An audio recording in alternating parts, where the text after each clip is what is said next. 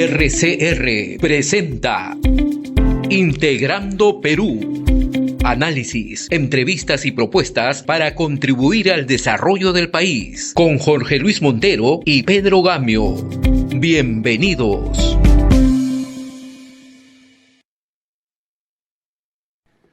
Buenas tardes, amigos. Empezamos una nueva jornada de reflexión y diálogo con un invitado que consideramos es una persona de amplia trayectoria y experiencia en la difícil sinergia de hacer país juntando lo técnico con lo político. Lucho Taiz, muy bienvenido y un gusto tenerte por acá. Gracias, Pedro, muchas gracias por la invitación. La primera pregunta, porque el tiempo nos castiga, no podemos abusar de él, voy de frente al grano, como se dice. Tú has liderado con rango de ministro de Estado el proceso de descentralización que se hizo en el gobierno del señor Toledo. Ese proceso tuvo mucho entusiasmo, yo recuerdo lo que se decía, pero todo el mundo dice que ha fracasado la descentralización. Pero yo siento que el escenario sigue siendo complicado, porque la mitad del ingreso nacional se la sigue llevando Lima metropolitana, donde habita 1/3 de peruanos. Seguimos con servicios que van cayendo en su calidad en la medida en que nos distanciamos de la costa y de la capital del Perú. En pocas palabras, ese fenómeno no ha funcionado y seguimos con el mismo problema. ¿Qué podrías decir a la luz de los hechos? Bueno, mira, descentralización nuestro país lo requiere de todas maneras. Es como las Naciones Unidas, si no existiera habría que crearla. ¿Te das cuenta? Porque es el espacio en el cual los gobiernos regionales, la población, los alcaldes tienen la posibilidad de trabajar sus programas, sus proyectos. Y lo que no se ha hecho todavía es el trabajo conjunto de los 3 niveles de gobierno. De los gobiernos locales, los gobiernos regionales y los gobiernos y el gobierno nacional. Eso no se ha hecho y debe hacerse, porque entonces están compitiendo permanentemente. Tú no recuerdas que un gobierno regional andaba haciendo una calle en la capital del departamento y luchando contra el alcalde que quería hacer la misma calle. ¿Y por qué? Para reelegirse, porque ahí estaba el grueso de los votantes. Entonces, mientras tú sigas pensando que el tema es ¿cómo hago para que me reelijan de nuevo? ¿Te reelijan para qué si no estás haciendo lo que estás diciendo que vas a hacer? Entonces, creo que es algo que debe de seguir. El tema, constitucionalmente, el Perú, o sea, la Constitución dice que el país es descentralizado y que es un proceso que no puede parar. Sin embargo, yo creo que se hizo un poquito a las locas. ¿Por qué un poquito a las locas? Cuando se reúne todos los partidos políticos en el momento en que se hace la salida de Fujimori, ¿recuerdas? Habían todos los partidos juntos. Qué lindo hubiera sido que ahora estuviéramos igual, que todos los partidos estén juntos tratando de cambiar para cambiar el país. En ese momento estábamos en eso y se sacó la dictadura, ¿sí? Entonces, ¿qué cosa es lo que pasa? Que se hizo el acuerdo nacional. Y en el acuerdo nacional los partidos decidieron llevar adelante el proceso de descentralización que ya había tenido problemas cuando se había creado desde hace mucho tiempo atrás. Pasó por Alan García, pasó por Fujimori, pasó por nosotros. Pero lo cierto es que... Pero déjame que termine esta primera puntita nomás para que quedemos claros con el tema. Entonces, todos querían descentralización, pero ya. Hicieron una ley que tenía plazos específicos, fecha para entregar proyectos, para entregar facultades, sin preparar a los gobiernos regionales para que las asuman o a los municipios para que las asuman. Entonces tú en tu sector, por ejemplo, cuando eras viceministro de Energía y Minas, o sea, en minería, la pequeña minería pasó a los gobiernos regionales y no sabían qué hacer con ella. Además no tenían ni siquiera el dinero para hacerlo, ni el personal capacitado. Nosotros tuvimos que parar el asunto y pusimos unos requisitos que tenían que pasar los gobiernos regionales. Y había gobiernos regionales que no los pasaban. Y por lo tanto no se les pasaba la facultad. Después llega Alan García y hace el famoso, ¿cómo se llama? La famosa, en el cual todo se iba a hacer en la descentralización muy rápido, ¿no? El shock de descentralización. ¿Y qué hace? Entrega todo. Todas las facultades. Y no había la capacidad de hacerlo. La segunda cosa, el canon recién empieza a funcionar cuando se crea la centralización, el proceso, no antes. Entonces, y encima hay en 5 meses después que se crea, hay que hacer un referéndum para ver si las regiones se querían juntar, los departamentos se querían juntar en regiones, cosa que indudablemente ya los tenemos muy claro, que el que es arequipeño, pues es arequipeño y quiere seguir siendo arequipeño. ¿Te das cuenta? Igual le pasa al de Lambayeque o al de Trujillo, etcétera. Entonces, la de Piura, por ejemplo, el de Piura, que con Tumbes, que con lo único que se podía juntar era con Piura. ¿Qué decía Tumbes? Pero es que siempre va a ser piurano. ¿Y dónde me va a quedar la capital? O sea, ya yo me convierto en una provincia del departamento de Piura. Entonces habían todos estos temas políticos mal armados. La enseñanza, a mí me entregaron una ley que tuve que llevar adelante con plazos específicos, si no, estaba mal. ¿Te das cuenta? Pero la enseñanza, pero hay que hacer muchos cambios. Sí, la enseñanza nos dice que fue un proceso de aprendizaje, pero mucho daño le hizo el 5 de abril, porque el 5 de abril le puso partida de función a los partidos políticos, quedaron prácticamente al margen, porque era un proceso autocrático, y eso debilitó la ya crítica institucionalidad. El canon, a estas alturas, ha demostrado una muy mala capacidad de administración de los recursos. Lo que pasa en Cusco con 20.000 millones de soles, del cual solo el 20% ha tenido ejecución feliz. Es decir, hemos reproducido el tener caciques que se creen dueños de su región y hacen y deshacen sin priorizar el desarrollo humano, y hay altísimos indicadores de corrupción. Pero yo estoy de acuerdo contigo, la descentralización es necesaria porque Lima está completamente sometida a una presión por una migración que tiene 100 años y ya está desbordada, los servicios no están preparados, no hay los recursos para que Lima sea lo que originalmente fue, autosostenible. El país necesita una ocupación del territorio que siga la ciencia, que haya ciudades intermedias y que haya servicios básicos operando con la misma calidad que en Lima en el resto del Perú, porque si no, no es un país de oportunidades, sino es una capital con oportunidades, y eso lo siente la gente, lo percibe la gente. Entonces, pero hay que recrear el concepto de descentralización, hay que valorar la experiencia. Jorge, bienvenido. Gracias, Pedro. Bienvenido, Luis, a nuestro programa Integrando Perú. Gracias. Tú has sido político de frente, en zona de contacto. Eso es una experiencia muy valiosa. No te voy a preguntar cómo ves la situación política ahora, porque la verdad es que estamos en problemas serios. Pero, digamos, Luis, si tuvieras que, digamos, recomendar 3 o 4 acciones emblemáticas para ordenar la acción política de los partidos como partido político y la acción política de los partidos en el Parlamento, en esa doble dimensión, el partido en la calle, conquistando a su elector, vendiendo su programa, difundiendo su programa político, etcétera, etcétera, y el partido como entidad en un parlamento donde deben parlamentar. Mira, ¿Qué pensarías? Yo creo que, en primer lugar, creo que hoy en día hay un descreimiento total de la gente sobre los partidos políticos, sobre las instituciones, sobre el Estado, sobre los gobiernos regionales, los gobiernos locales, sobre todo la justicia. Hoy día estuve en una reunión sobre el tema de la justicia y es un hecho evidente. ¿Te das cuenta? Entonces estaban hablando de la politización de la justicia o la judicialización de la política. ¿Cuál viene primero, huevo y la gallina? ¿Te das cuenta? Entonces, yo te digo una cosa. Yo creo, primero, que el sistema electoral tiene que recambiarse también. Porque ¿qué cosa pasa? Hoy día vamos a tener 37 partidos políticos compitiendo. 37.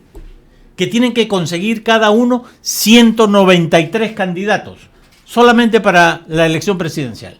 Los 3 de la presidencia y 190, 60 senadores, 130 congresistas. ¿De dónde sacamos? Multiplica 190 por 37. 200 por 37 para que salga más fácil. 8.000. ¿De dónde lo van a sacar? Gente que sea correcta, que sea honesta, que piense en el país, que no esté pensando en su beneficio personal o en el beneficio de su colectividad, o tratando de sacar a los zampones que están presos de sus partidos de alguna manera. Y eso es bueno, parte pero de se pone un letrerito, busco chamba y te ofrezco chamba, y va a haber mucha gente NN, ¿no? Pero o sea, gente sin digo, mérito. Esa es la triste realidad. Yo te digo, yo creo que hasta ahí pasa. Yo creo que el país además de eso, se ha ideologizado más de lo que había. Yo me acuerdo de Fukuyama para el 2000, creo que era, que decía que ya no iba a haber ideología. Mira tú, estamos en el 2024 y las ideologías están a plena fuerza.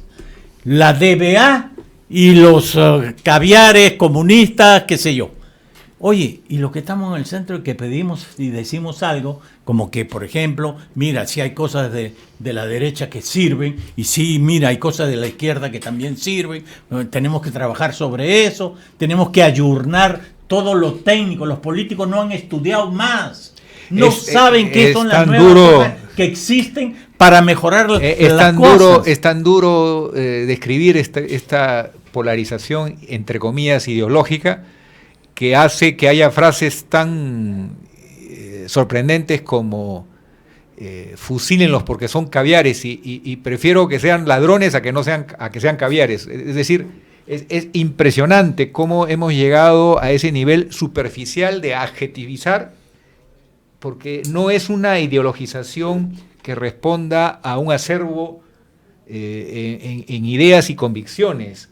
Si tú haces más de 4 preguntas, encuentras el cajón vacío. Sin duda. Es cierto que hay corrientes liberales en el mundo, como hay corrientes socialdemócratas, pero ha caído mucho el nivel de la política en el Pero Perú. ellos mismos. Mira tú lo que es el Partido Demócrata y el Partido Republicano hoy día en Estados Unidos. Mira tú lo que es. Hay una elección que van a tener que elegir por primera vez entre el cáncer y el SIDA. ¿A quién eliges? ¿A Trump o eliges a Biden? Y es un país de 400 millones. ¿Te das cuenta? Y no tienen nada y más no que solamente eso. Mira Europa. Europa están sus líderes llevándonos a Europa a una guerra. Existe una crisis de no liderazgo. Hay paz, eso no es hay, evidente. no hay capacidad de diálogo, no se puede acordar. Y en el Perú, te digo, con 37 partidos políticos, tenemos que dialogar y tenemos que hacer alianzas. No podemos ir cada uno con su propio pañuelo. Porque si no, ya no basta ganar la elección. Hay que ganar la capacidad de hacer lo que le has prometido al pueblo. Lucho, tú sabes mejor que nadie que 37 van a postular, probablemente, pero la gente va a elegir entre 5. Y la segunda vuelta va a ser la forma como entre esos 5 se define al grupo ganador. Pedro, pero segunda vuelta con un primer puesto de 9% y un segundo puesto de 7%, ¿qué segunda vuelta es esa? Pero es repetir lo que hemos vivido. Pero es algo crítico. Mira, con 37 partidos, con 1,5 millones de votos estás en segunda vuelta. Es repetir lo que hemos vivido. Entonces, y no solo es peor, ¿sabes por qué? Porque hoy día el Congreso tiene 11 bancadas. ¿Cuántas va a tener con 37 partidos? Pero esas 11 no son de origen, sino son divisiones diversas. Bueno, es que se ha reformado la cosa. El Congreso necesita reformarse. No, hay candidatos. Hay que cambiarlo. Hay candidatos que han escogido subirse al tren de un partido político solamente para utilizarlo para llegar al Congreso y luego dentro del Congreso decidir a dónde se van. Luis, a ¿qué ese significa nivel reformar el Congreso? Mira, perdóname, ¿quién es un congresista? ¿Qué significa es eso? un representante. ¿De quién? Nuestro, de los ciudadanos. Así es. ¿Nos representan? No, los elegimos y se olvidaron de nosotros. Además ellos nadie les puede decir qué hacer. ¿Qué cosa? O sea, ese señor está ahí para hablar por mí, por lo que yo pienso, por su Estás hablando de distrito uninominal. No, de distrito, sí, al contrario, de distrito por circunscripción. O sea, sea, usted no vota usted no viene por Ayacucho, usted viene por la zona, el distrito tal de no sé cuánto. ¿Te das cuenta? Exactamente. Y usted, con los medios que existen hoy día, usted me consulta en las votaciones importantes cómo va a votar. Esa es la reforma más importante. Esa es la reforma más importante. Que Lima se divida en 5 distritos. Pero no solamente eso. Es que imagínate tú, es que los congresistas no saben ni leer, pues. ¿Quiénes manejan el Congreso? ¿Cómo se llama? Los asesores. No los vi. Les soplan en la oreja todo el día porque no saben qué decir. No saben lo que existe. O sea, es decir, si tú, es como si fuera un equipo de fútbol que ya no están ni siquiera en los suplentes. Están los suplentes de los suplentes. Hoy día en el Congreso. Nunca había un Congreso tan poco informado como el de ahora. Ahora, la sabiduría de un hombre en un país, o mujer, en un país de todas las sangres, hace que encuentres gente muy sabia que no necesariamente tiene una maestría o un doctorado. Te lo quiero decir de esta forma. A veces, como ocurre con los ascensos en la policía, puedes llenar un file de estudios, pero eso no te hace una persona más culta. Yo estoy de acuerdo. Entonces hay que cuidar los filtros. Pero espérate. Pero no exagerar. O sea, exactamente. En los papeles. O sea, te estoy dando una caricatura de lo que es las cosas. O sea, pero lo mínimo que tienes que saber es leer y escribir. ¿Cierto? Eres un En el Perú hemos logrado que la mayoría, casi toda la población, entre comillas, sepa leer y escribir. Ahora, ¿cómo interpreta un texto? Ahí viene el problema. Y si pasa una prueba de redacción, sin duda, o un razonamiento matemático básico, ahí viene el problema. Es decir, hemos aceptado un nivel de alfabetización muy precario. Ahora, yo creo que nosotros, los ciudadanos, tenemos que recuperar el poder en este país. ¿Y cómo se hace eso? ¿Por qué? Porque el poder, nosotros vamos a las elecciones, votamos por un señor o una señora, ¿no es cierto? Y nos olvidamos. Y después no tenemos ningún otro rol que jugar. Ninguno, porque hasta los alcaldes por lo menos tienen que hacer una reunión al año para informar. Renovación por tercios.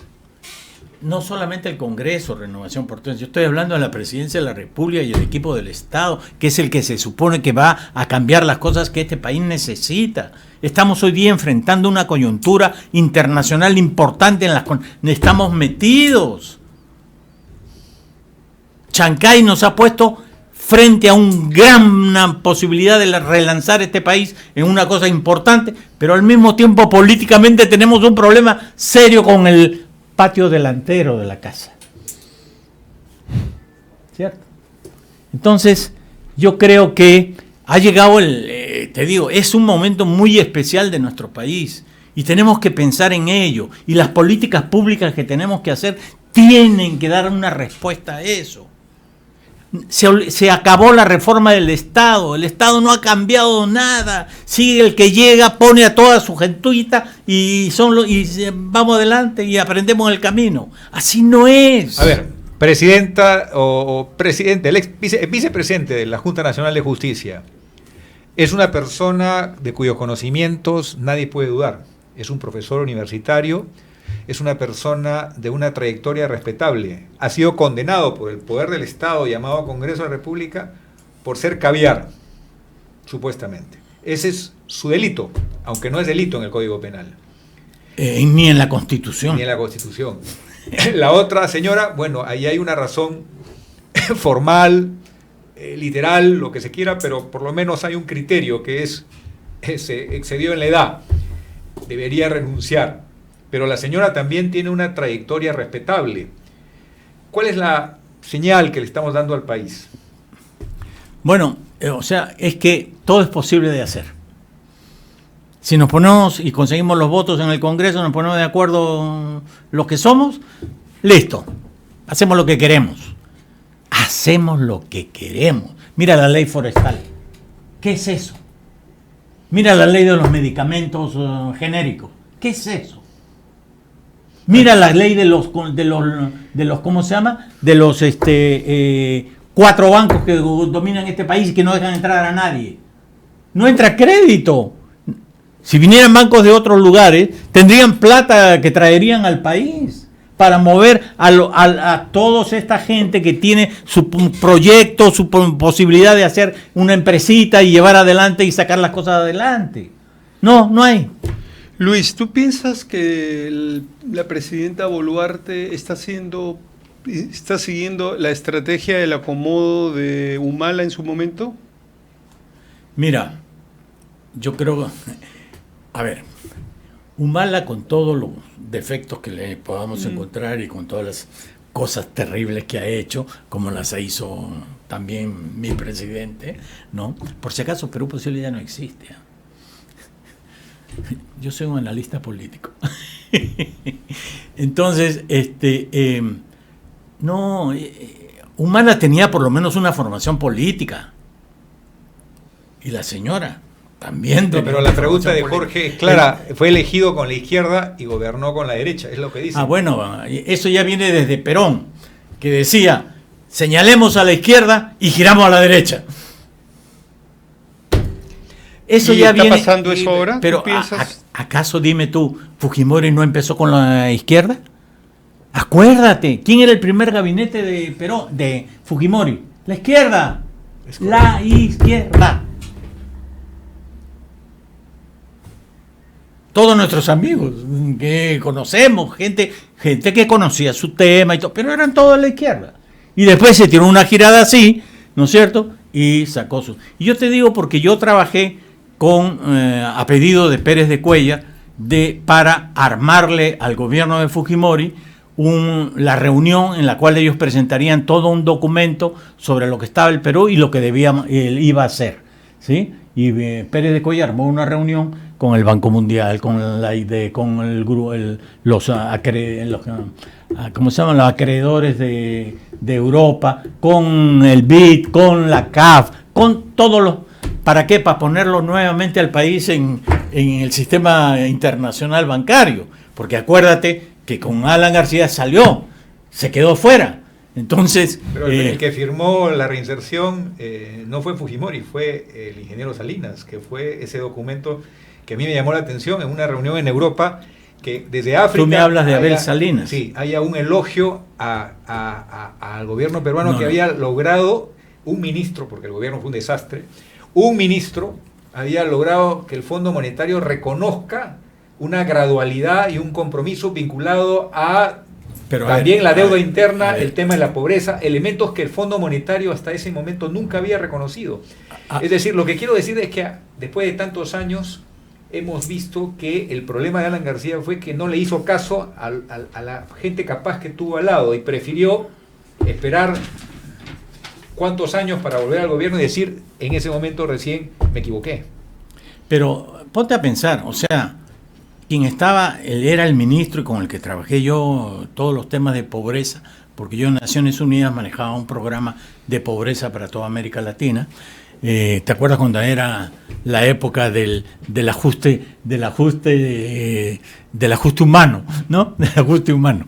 Yo dije, no, ¿qué ajuste humano? Es pobreza. Vamos a hablar sobre la pobreza.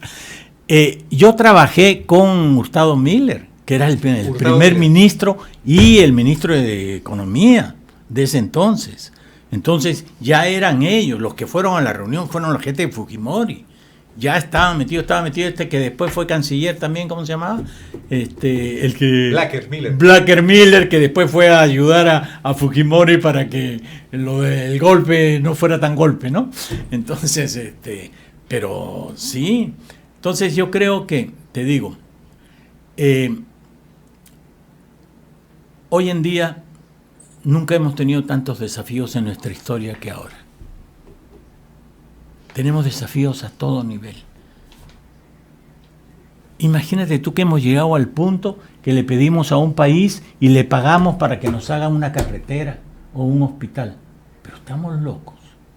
O sea, ¿para qué servimos? ¿Para qué tenemos un gobierno? ¿Para qué tenemos ministerio? ¿Para qué tenemos funcionarios? A ver, estás hablando de contratación pública. La contratación pública está tan desacreditada que todas las grandes empresas dicen, salvo aquellas que tienen ya un contrato firmado, que son un número reducido, pero la mayor parte de empresas dicen, prefiero la modalidad de gobierno a gobierno, porque todos los indicadores que tengo en los estudios que recibo de mis abogados y consultores es que meterme bajo las leyes del Perú es la crónica de una muerte anunciada. En pocas palabras, el sistema no funciona porque no se resuelven las diferencias rápidamente, como hay un mecanismo en los acuerdos de gobierno a gobierno que todos los postulantes a una licitación aceptan por escrito que una mesa de técnicos de primer nivel tenga la última palabra y renuncian a cualquier apelación o derecho de pataleo. Bueno, eso, que es un mecanismo que hemos debido introducir en nuestra ley hace rato,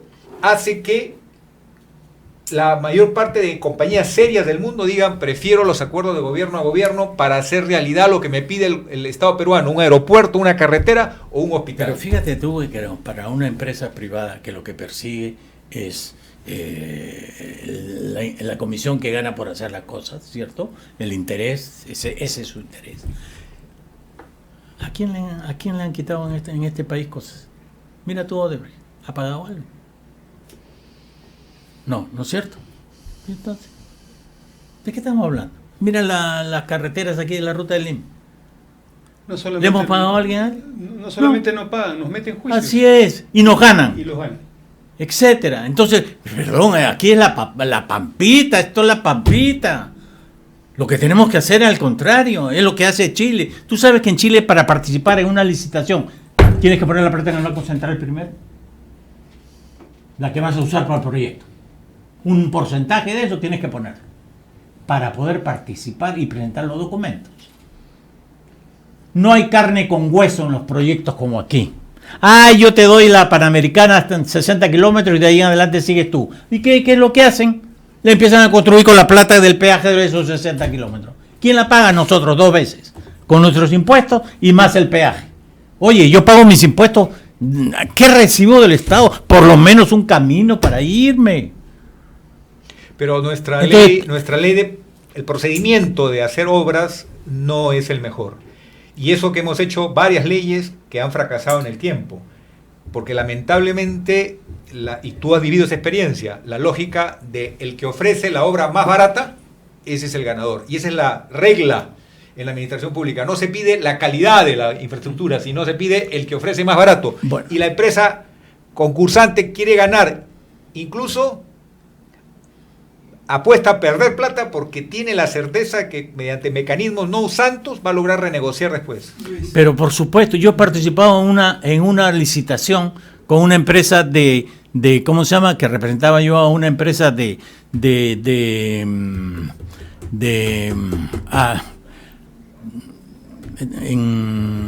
¿cómo se llama? Bueno, a una empresa que es una de las más importantes en temas de, ¿cómo se llama?, de agua potable y de alcantarillado para la Taboada. Se cambiaron o sea, lo he vivido. Se cambiaron las propuestas 20 veces para favorecerle y armarla. ¿Para quién? ¿Para quién ganó ahora? ¿Quién ganó? Los españoles. Y cuando fue Odebrecht a quejarse y decir, oiga señor, ¿cómo es esto? Tú tienes mucha carne en el asador, tranquilo, porque si no, no más. Y los españoles y se acabó. No lo hicieron bien, lo hicieron muy mal. Lo hicieron muy mal. Pero es que ellos presentaron un proyecto. Mira, para hacer la planta de la Taboada, tú tenías que poner primero la reja para recibir. Es un río casi de mugre, 14 metros cúbicos por segundo. Tenías que poner primero, atrapar todos los sólidos, ¿no es cierto? Pero no era solamente eso. Después tenías que, el agua que salía, tenías que mejorarla. ¿Para qué? Para poderla botar al mar. No, aquí directo al mar. Ya, pues eso te bajó en tanto. Este es porque la bajó menos. Pero ¿qué pasa? Después de eso dice, hay que cambiarlo. Entonces, eso es 150 más, pues. Entonces... Y no solo Taboada, tienen que pagar. Mira el caso del lago Titicaca, se ha caído. Pero por supuesto. Un proceso pero es que así ha demorado años. Así es todo. Mira tú, los franceses le dieron la construcción de un hospital, ¿cierto? Todavía no está listo, ya han pasado 4 años. Los chinos hicieron un hospital en 10 días, de 1000 camas. Claro, pero... Claro, me van a decir que soy caviar porque estoy hablando de los chinos. No caviar, pero sí que estás en el fondo haciendo una apología del despotismo ilustrado. Es decir, las dictaduras funcionan mejor que las democracias. No. ¿Ese es el mensaje? No necesariamente. Porque este es un... Perdóname, China es un país que es es capitalismo de Estado y es economía de libre mercado. En lo económico es capitalista, pero en lo político hay una sola palabra y una sola voluntad. Pedro, ¿y eso está mal? ¿Y aquí qué somos? ¿Y eso está mal? Libre en todo, que significa nada. O sea que el país no da la talla para vivir en democracia. Yo no estoy diciendo que el país, y perdón, yo no estoy hablando de la democracia. Yo estoy hablando, ¿no es cierto?, la situación de China y la situación del Perú son distintas. Nosotros no somos, pero ni el 6% de la población de China, ¿cierto? Somos 34 millones contra 1.500 millones. ¿Sí? Entonces... Pero no estamos preparados por el nivel de educación de nuestra gente. Se sigue gobernando un populismo. ¿Por qué ellos pueden hacer en una semana un hospital de 1.000 camas? Porque hay quien da la orden y nadie lo cuestiona. No. Es porque tienen sistemas de construcción distintos. No es el ladrillo con la mezcla y otro ladrillo encima. No, son cosas prefabricadas que se necesitan y funcionan. Mira tú aquí, Falabella. Te hace una tienda de 7 pisos en 6 meses. Porque ¿qué es? Cierto, Es un esqueleto o sea, lo que te quiero decir, mi punto principal en esto, Pedro, perdóname, es el dominio que tecnológico. Los políticos no entienden cómo se hacen las cosas hoy en el mundo, en el siglo XXI. Y tienen que saberlo si quieren cambiar el país. No podemos seguir tratando este país con la mirada del siglo XIX. Nuestras empresas, nuestro sistema productivo industrial, ¿está en 4.0? No. ¿Está en 3.0? No. ¿Está en 2.0? Probablemente. ¿De qué estamos hablando? Hay que ayudarlos a los empresarios, sin duda hay que ayudarlos, para que vayan a donde va. Cada día va a haber menos empleos que no son, ¿cómo se llama?, de personal no calificado, porque cada día la inteligencia artificial y la robotización va a poner más gente en esto. Lucho, la entrevista... Pero hay que saberlo para saber cómo se cambia eso. La entrevista no puede durar más por tema de tiempo. Lo sé. Perdóname que me exalte, pero es que sabes que tengo el hígado. Pero es cierto lo que dices, el dominio tecnológico está marcándonos una brecha en el Perú. Les pido importantísimo. A tus espectadores. Pero la próxima vez vamos a venir preparados los dos para asumir como una técnica dialéctica esta manera de responder, pero lo que nos importa es el fondo de las cosas. Y creo que tus comentarios nos ayudan a tratar de encontrar esa luz al final del túnel. Muchas gracias y nos vemos muy pronto. No, por favor. Gracias, Luis, por acompañarnos en Integrando Perú. Y no te preocupes por la santa indignación, está justificada. Muchas gracias. Hemos presentado Integrando Perú. Retornamos en nuestra próxima edición con más entrevistas y el análisis para contribuir al desarrollo de nuestro país.